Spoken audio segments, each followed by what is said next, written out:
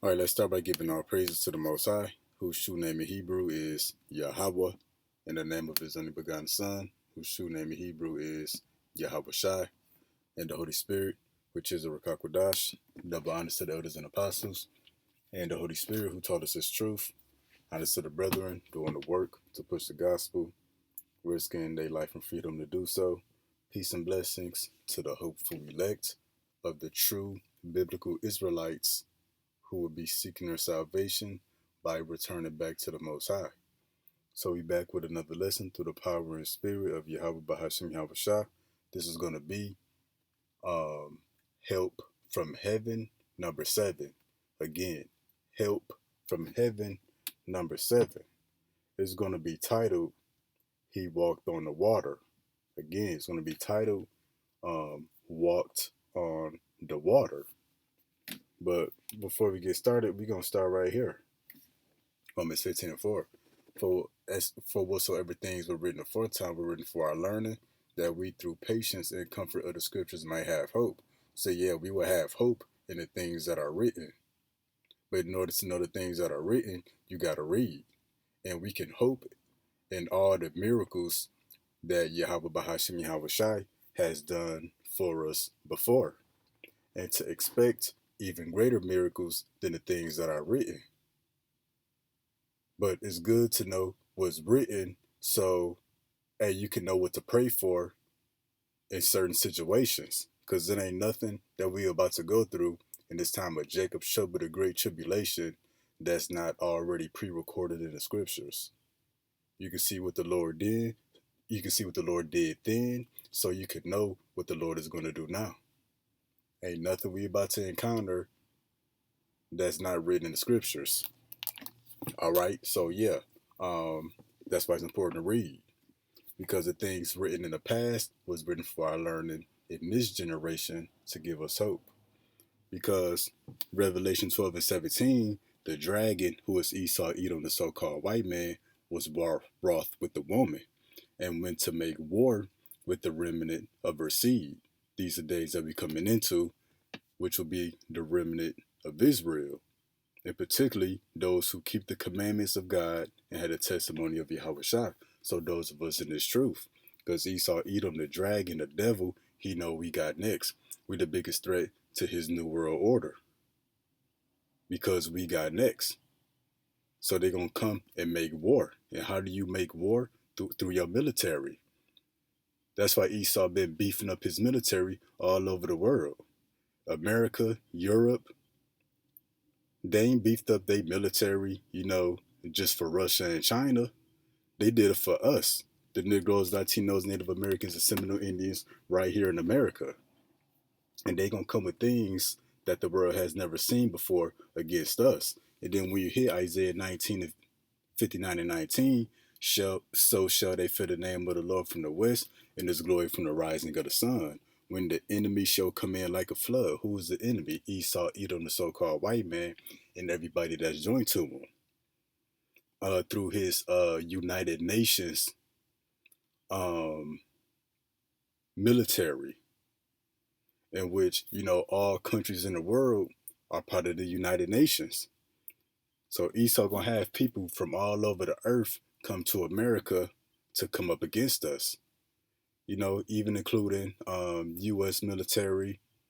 That's why these illegal immigrants over here. That's part of Esau's secret armed forces. But anyways, the enemy shall come in like a flood, and the spirit of the Lord shall lift up a standard against him. We're going to get into the standard later on.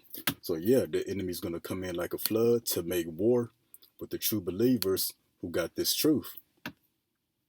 And then again, the enemy going to come in like a flood. This is 2 Ezra 16 and 70. For there shall be in every place and in the next cities a great insurrection upon those that fear the Lord, those of us who got the truth. But again, it says there shall be in every place and in the next city. So every place, every city, because the enemy gonna come in like a flood, to make war with us. They shall be like madmen, sparing none. Why? Because they're gonna be everywhere. That's why they're gonna come in like a flood, and they're gonna be in every place, but still spoiling and destroying those that fear the Lord. That's all cool. So, Esau will try to besiege us in the cities. He gonna cut the lights out on us, so we ain't gonna know where we going in the middle of the night, with all kind of chaos and hell breaking loose, just like the time in ancient Egypt when our people, fled Egypt. They got kind of confused and entangled in the wilderness. So we gonna get that real quick. This is Exodus chapter 14. We just start from the top. And the Lord spake unto Moses, saying, speaking to the children of Israel, that they may turn and encamp before Pahariath, between Migdol and the sea, over against Baalzephon. Before it, ye shall encamp by the sea. So the Lord told the children of Israel, hey, run towards the sea. For Pharaoh will say of the children of Israel, they are entangled in the land.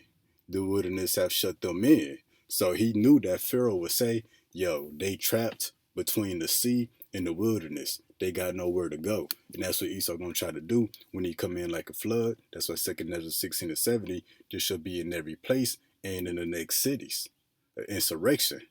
So it's gonna be nowhere we can go to flee from the dragon. That's gonna come down with great wrath. Me, Esau, Edom, the so-called white man. But anyways, Esau gonna figure that he got us trapped in the wilderness, or trapped by a sea, by a lake, by a river, by a pond. But guess what? He ain't got us. But before we get to the meat of the lesson, we gonna hit 2 Maccabees 15 and 7. But Maccabees had ever short confidence that the Lord will help him. And we got that same confidence. Why? Because of the things that were written aforetime. Wherefore he exhorted his people not to fear the coming of the heathen. Because remember, the enemy gonna come in like a flood. You remember, it's gonna be in every place. And in the next city, a great insurrection on us that got this truth. But not to fear the coming of the heathen against them, but to remember the help which in former times they had received from heaven, and now to expect the victory and aid which shall come unto them from the Almighty. So that's what these lessons are set up to do, to remember the help that our ancestors received from the Most High back then, and to expect it now, because this is the lifetime where we're going to get the victory. So when you find yourself, for example, entangled in the wilderness, you got wilderness, desert, trees. Behind you and in front of you is nothing but a sea, a lake, a river, a body of water, swamp. And you got nowhere to go. Why? Because Esau closing in on you. Well, what can you remember? You can remember Matthew 14. Now let's start there from verse 22. Straightway Yahushua constrained his disciples to get into a ship and to go before him unto the other side, while he sent the multitudes away. And when he had sent the multitudes away, he went up into a mountain apart to pray. And when the evening was come, he was there alone. But the ship was now in the midst of the sea, tossed with waves. Remember, the enemy gonna come in like a flood. So the enemy gonna come in like waves, to overtake us. For the wind was contrary. And in the fourth watch of the night, Yahushua went up to them, walking on the sea. So back to Exodus 14 and 3. If you find yourself entangled in the land, trapped in the wilderness, trees and deserts surrounding you, and you got rivers and lakes, possibly the ocean, ponds, swamps surrounding you, you got nowhere to go. The enemy closing in on you because they coming in like a flood. Well, remember the help from heaven. Remember Yahushua, how he walked on the sea. Let's continue. And when the disciples saw him walking on the sea, they were troubled, saying, it is a spirit, and they cried out for fear. But straightway Yahushua spake unto them, saying, be of good cheer, it is I, be not afraid. And Peter answered and said, Lord, if it be thou, bid me come unto thee on the water. And he, Yahushua, said, come. And when Peter was come down out of the ship, he walked on the water to go to Yahushua. So yeah, again, back to Exodus 14 and 3, Pharaoh will say of the children of Israel, they are entangled in the land. The wilderness hath shut them in. So you might be surrounded by trees, mountains, just open wilderness, a big old river, a lake, a pond. It might be the ocean. You might think you trapped, but no. According to Maccabees, Second Maccabees, 15:8, don't fear the coming of the heathen against us, but remember the help from heaven that we received in former times. So yeah, when you find yourself surrounded by mountains and trees, maybe the ocean, a river, a lake, well, remember Yahweh Shai. Remember Peter, how he walked on the water. That's not off limits. Because when we go back to Isaiah 59:19, when the enemy shall come in like a flood, the Spirit of the Lord shall lift up a standard against him. Well, when we get this word standard in the Blue Letter Bible, Strong's H 5127. Noose. You're going to fast forward. 27. Noose. So the Lord is going to lift up a standard against the enemy for our sake. And lift up a standard means the Lord is going to provide a way for us to flee or to escape. So some brothers literally going to take flight. Some literally going to disappear along with the true believers. And it also says to put to flight. So brothers going to get spiritual powers to what? To drive off the enemy. Well, guess what? In part of this standard being lifted up, you can include walk on water. Because that walking on water is what's required for our escape in a certain situation. The Lord gonna do just that for us. He did it before. Why wouldn't he do it again? And when we hit Ecclesiastes 1:10, is there anything whereof it may be said, see, this is new? So when the people who not part of this, they see us escape, because the Lord lifted up that standard, and we walking on the water, walking on the ocean. And brothers had dreams about this. I had one too.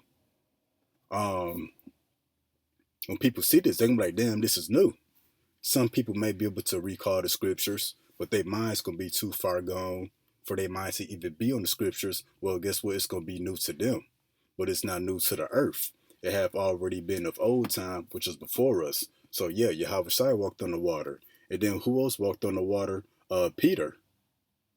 Hey, that represents the elect in this lifetime. Hey, best believe, expect to walk on water. And and it's not so that you could stunt or show out. Because, like, our people, all they want to do is stunt and show out. Like, look what I can do. No, the Lord going to allow us to walk on water, but it's not for stunting purposes. It's for escape. Because that's going to be the only thing that matter. Yeah, is that we escape. And then when we hit, we're going to hit 1 John 5:14 real quick. And this is the confidence that we have in him, that if we ask anything according to his will, he heareth us. So yeah, if we ask anything according to the will of Yahweh Ba'ashim Yahushua, we ask anything that lines up with the will of the Lord that's written in the scriptures, he's going to hear our prayers and do just that. Because going back to Matthew 14, I think we're going to start at 28.